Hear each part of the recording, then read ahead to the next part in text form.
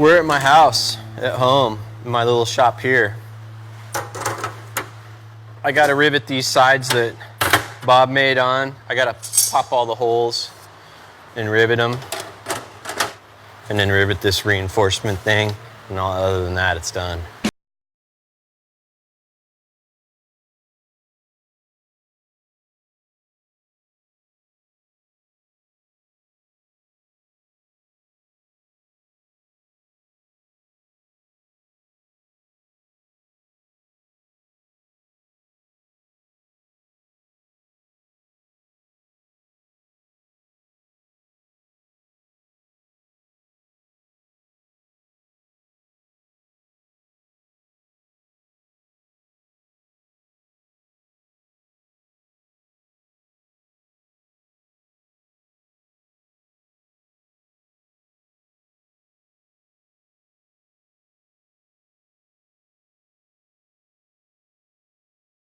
A little bit, and I put a little piece of tape on it, just the width of some 3/4 inch masking tape, and wrap it so it's pretty thick on there. So when I'm drilling the hole, it hits the tape and stops and doesn't run the chuck into the piece. Because if you're riveting something polished, that's just going to put a big donut, right, and a big scratch right where you were getting ready to rivet. So then you'll have to stop and repolish it and all that. So the best thing to do is just do one at a time.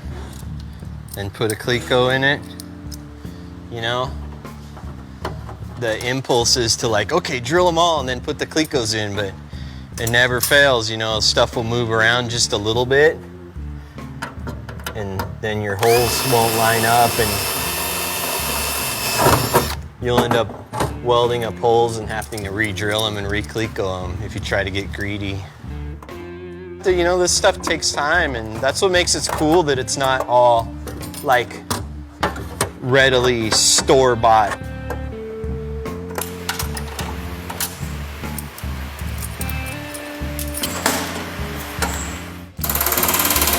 There's a good feeling when you get a good rivet and you can feel it, like it's only moving like maybe not even a 1/16 of an inch, but when you feel it like just, and you could feel the metal tighten up and everything squeeze together, that's like the sweet spot.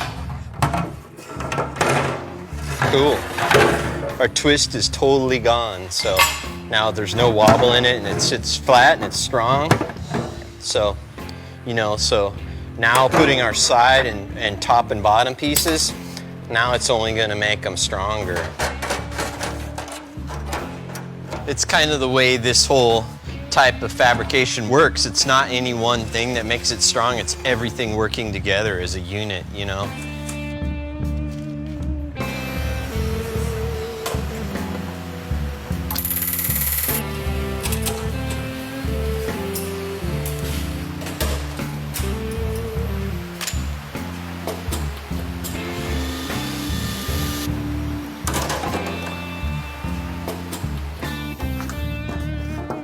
Yeah, I mean, the thing's like, nothing's going anywhere now. Gradually, I think society is taking the craftsmanship out of stuff more and more. There's less and less guys that are vital to make stuff happen. And so to keep this kind of technology going, you know, that's important. This thing kind of doesn't fit right, and the piece was kind of cut undersize, and so it's going to have a big gap. It's not going to fit very well. I said just wire edge it. I know how to do that.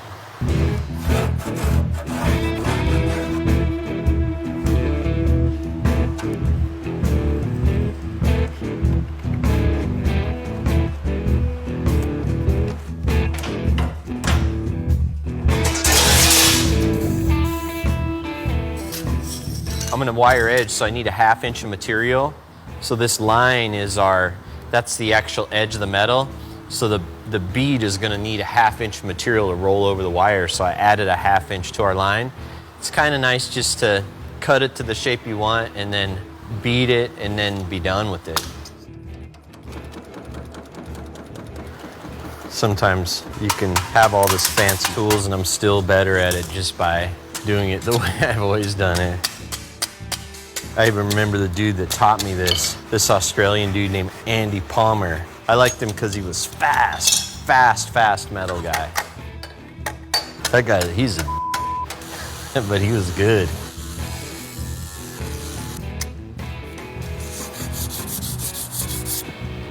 I'm gonna bead blast this, give it like kind of an old look.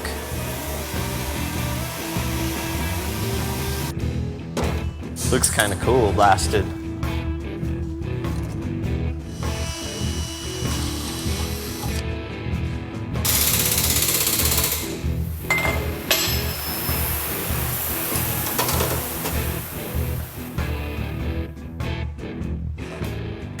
Bob kind of made this geometric, you know, where it kind of bow, bow.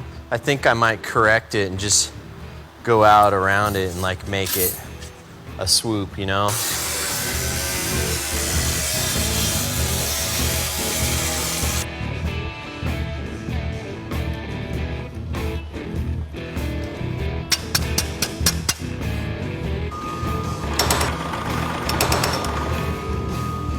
Actually, that looks bitchin' straightening that line out, because then it looks more like kind of purpose built.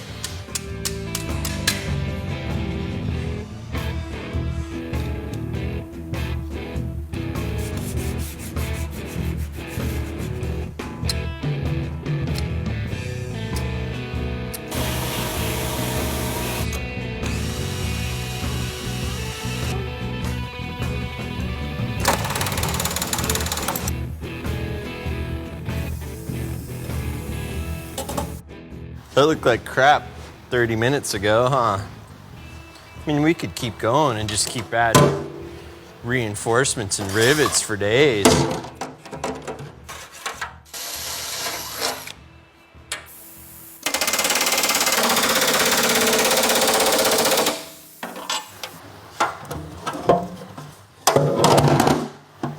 Feel that now, man. That thing's like solid.